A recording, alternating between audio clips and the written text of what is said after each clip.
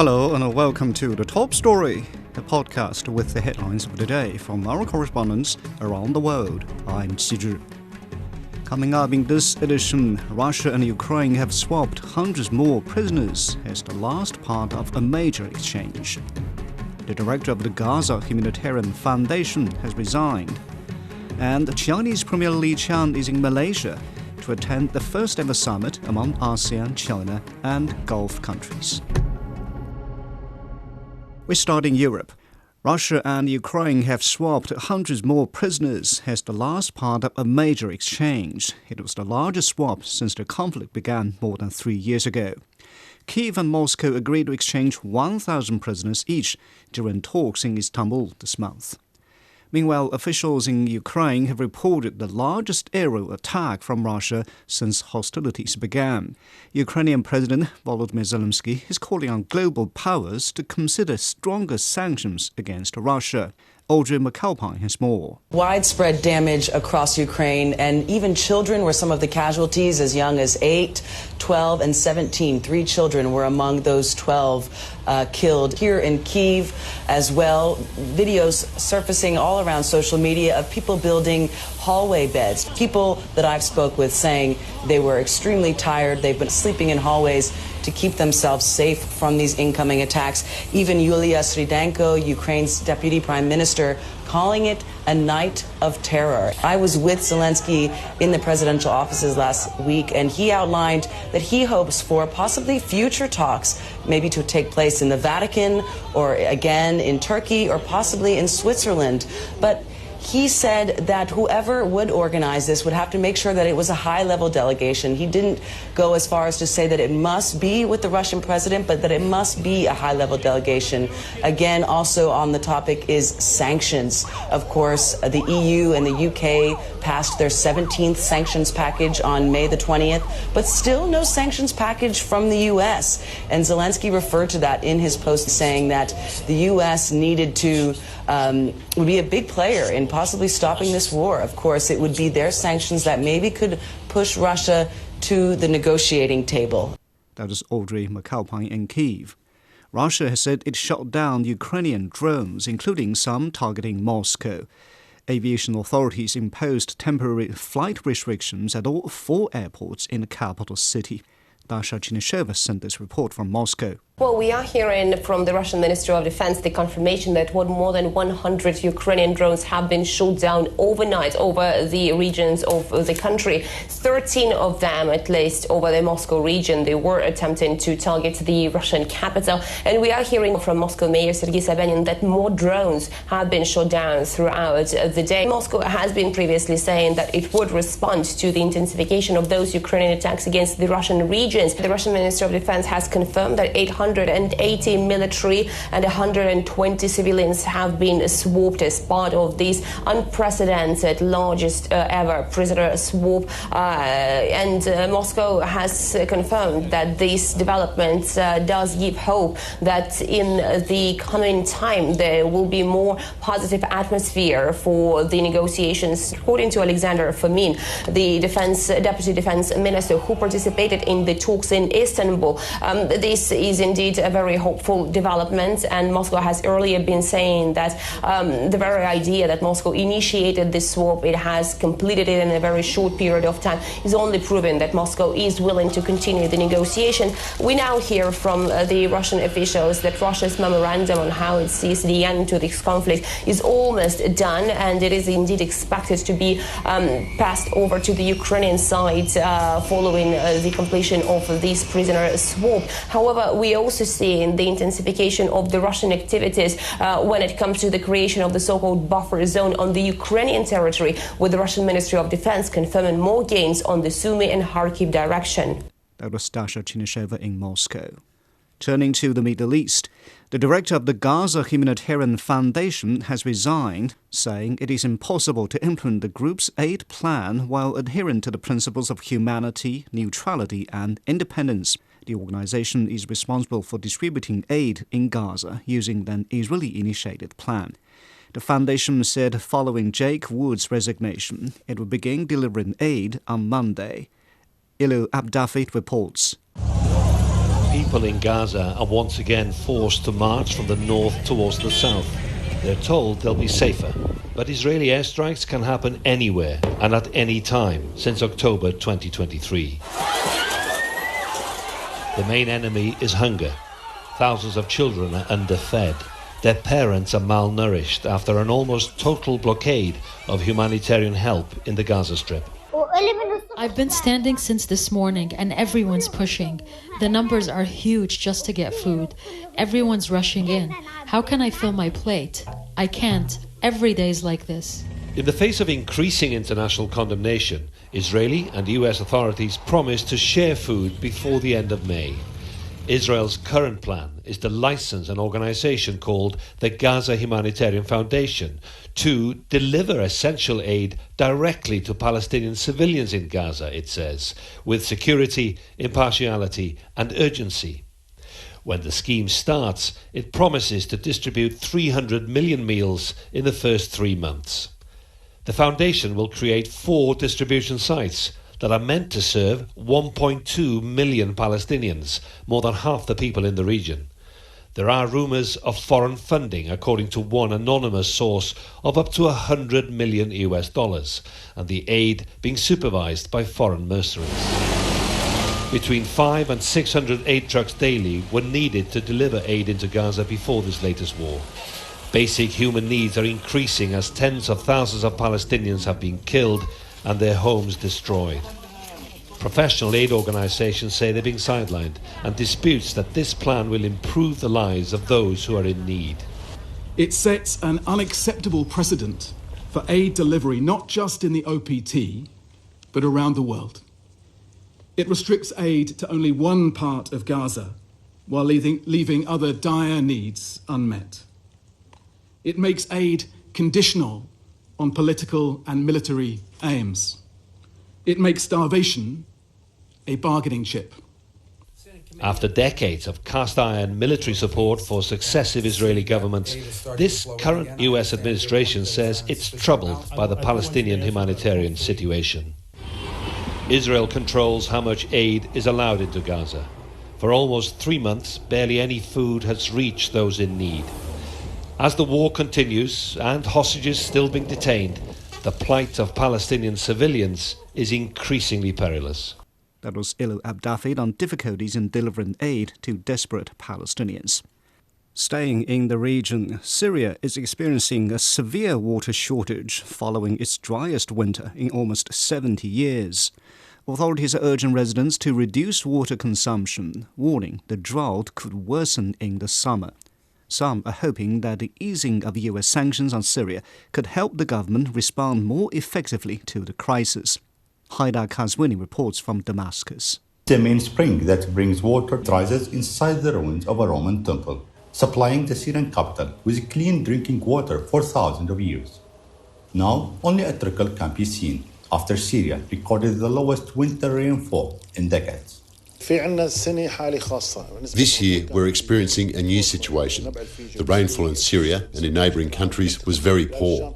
We recorded only 20% of the annual rainfall, and this was reflected in the flow of water from this spring, which usually floods from February to June. But this year, the water did not even emerge. The Ain al-Fija spring and the Barda river that it feeds are the main source of water for more than 5 million people. Government officials warn the drought situation could become worse during the summer and are urging residents to use water sparingly. This year we've taken measures. We're activating the rationing of water. Damascus used to be supplied with water on a daily basis, but now will be supplied with water every other day, and we're instructed the water rationing. Poor rainfall is also affecting food security for millions of people, as the Syrian government takes measures to limit crop cultivation that requires too much water. Muhammad has been a farmer for over 12 years in rural Damascus. He says this is the worst year he has ever experienced, as his wheat crop has failed, while vegetables are struggling to grow due to the poor rainfall and water wells being at their lowest ever level. Due to poor rainfall, we are facing a lack of water and we are trying to get by. The crops this year are very bad. Many have grown wheat, but all are wasted. I grow peas and they must be watered every 5 days, but in our current condition, we water them every 10 days, so it won't produce as usual. It is hoped that sanctions relief, recently announced by the U.S. administration, will help increase energy supply to Syria and contribute to easing the water shortage. The water crisis is categorized into two parts. One is linked to the groundwater and the precipitation, and this has nothing to do with the government. But the second part is linked to the energy needed to pump water from the wells. More energy for electricity means more hours to pump water into residents' homes, and this will alleviate the water crisis.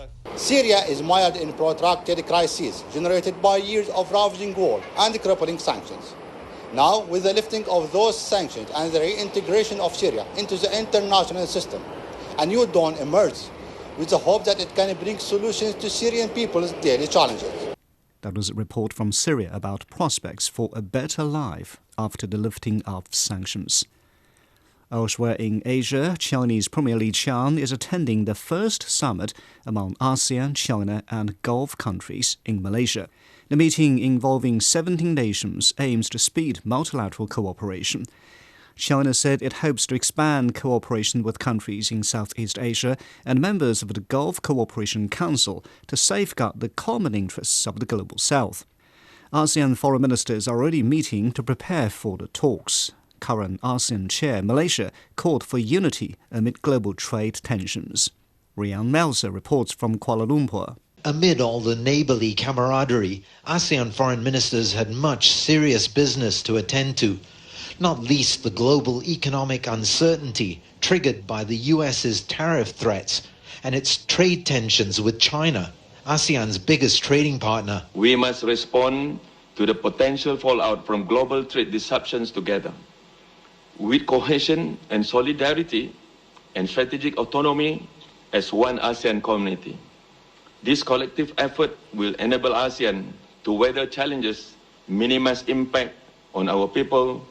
But unlike the EU, ASEAN won't be able to negotiate as a bloc, with suggested US tariff rates varying from just 10% for Singapore to more than 40% for Laos, Vietnam and Cambodia. Every country is a sovereign nation, therefore we will definitely support each other in ASEAN to continue their bilateral negotiations. We continue to stand behind the principles of multilateralism, where we believe in the rule-based multilateral trading, global trading order with WTO at its core.